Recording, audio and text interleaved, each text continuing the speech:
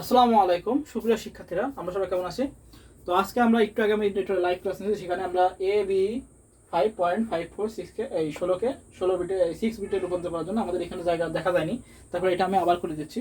তো এখানে আমাদের 16 থেকে 6-এ অর্থাৎ 16 থেকে 6-এ নিয়ে যাওয়ার নিয়ম আমাদের মনে রাখতে হবে যে আমাদের যেই সংখ্যাটাই থাকুক, যেই বিটি থাকুক, 8ও থাকতে পারে, 16ও থাকতে পারে, অক্টালও থাকতে পারে, হেক্সাডেসিমাল থাকতে পারে, সেটাকে আমরা আগে দশমিক নিয়ে আসবো। দশমিক নিয়ে এসে আমরা এই 6 ভিত্তিক, 7 ভিত্তিক, 5 ভিত্তিক যে সংখ্যা পদ্ধতির রূপান্তর বলুক সেটা আমরা রূপান্তর করবো। এটা হলো নতুন প্রশ্নের প্যাটার্ন আসছে, এরকম প্রশ্নের প্যাটার্ন যে 5 ভিত্তিক, 6 ভিত্তিক বা 7 নতুন একটা সংখ্যা তৈরি করলো, 1 2 4 দশমিক আসলো 1 2 3 4 দিয়ে 0 1 2 3 4 দিয়ে 5 ভিত্তিক সংখ্যা পদ্ধতি তৈরি করলো।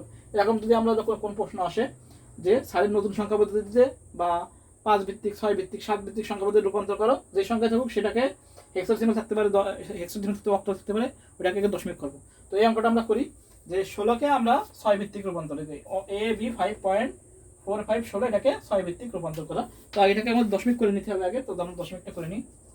তো দশমিক করার নিয়ম কি, বেস দ্বারা গুণ করো, 0 1 2 প্লাস 5 গুণ 16, এটা আমি -1 যোগ 4 গুণ 16 -2। আচ্ছা, এবার আমরা করি, এর মান কত আমরা 10 জানি, তাই 216 করে 256 গুণ 10, তাহলে 2560 যোগ বির মান হচ্ছে 11, 11 গুণ 16 করে হচ্ছে 176 যোগ 5 1 5। আর এটা যদি ভাঙা দিলে হবে উপরে 5 চলে যাবে আর নিচে 16, আর এটা উপরে কি হবে 4 চলে যাবে আর নিচে হবে 256, 16 স্কয়ার। আবার টোটালটা যোগ করি, তাহলে হচ্ছে 2560 যোগ 5, তাহলে হচ্ছে আমার 2741 প্লাস 5 ভাগ 16 দি 5 ভাগ 16 হচ্ছে 0.3125 যোগ 4 ভাগ 256, তাহলে 0.0152625 যোগ 0.3125 যোগ 2741, তাহলে হচ্ছে 41 পয়েন্ট, এটা দশমিক রূপান্তর করলাম। এবার হচ্ছে 6 ভিত্তিক সংখ্যাপদে রূপান্তর করতে হবে। 6 ভিত্তিক সংখ্যাপদে রূপান্তর করলে কি হবে, আমাদের 6 দ্বারা ভাগ হবে, 6 দ্বারা ভাগ এবং পয়েন্টের পর 6 দ্বারা গুণ হবে। তো আমরা এটা আগে 6 দ্বারা ভাগ করে নিই, এটা হলো আমরা এই পদ্ধতি দশমিকে আসলাম। আচ্ছা, দশমিকে আসলাম, এবার আমরা এটা করি, তারপরটা বুঝতে পারলাম, এটা আমাদের বেরোলো। আচ্ছা, বেরোনোর পরে এটা কি করবো, আমরা ভাগ করি। আচ্ছা, এখানে লিখে নিই 2741.32812510,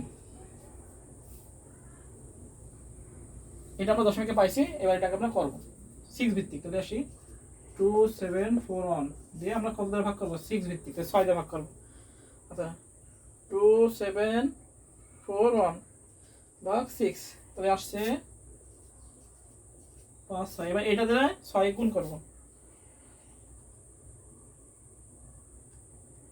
36 আর 41, তাহলে কত, 36 38 39 40 41, 5 ভাগ আবার যাবে 6 দিয়ে,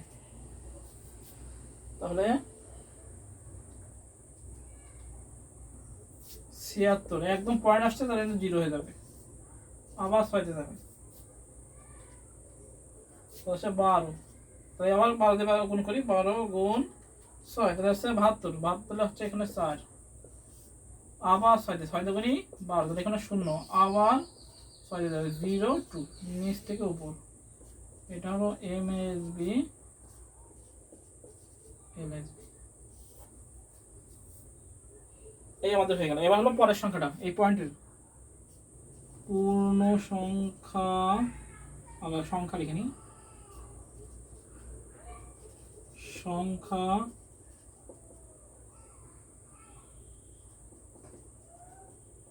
পূর্ণ সংখ্যা আর ভগ্নাংশ। আচ্ছা, সংখ্যা কত আছে, 0.328125 গুণ 6, 0.328125 1.25 গুণ 6 তো আছে 1.96875 তাহলে আমাদের 0.96875 গুণ 6 0.96875 গুণ 6 আছে 5.8125 8125 গুণ 6 আমরা চারটা সংখ্যা নেব হয়ে যাবে 0.8125 গুণ 6 আর আসছে 4.875 0.875 গুণ 6 0.875 গুণ 6 তাহলে 5.25 এই পর্যন্ত আমরা রেখে দেবো, আর দরকার নেই। এবার হলো আমাদের এটা যাবে উপর থেকে নিচে, এটা হলো এমএসবি, এটা হলো এলএসবি।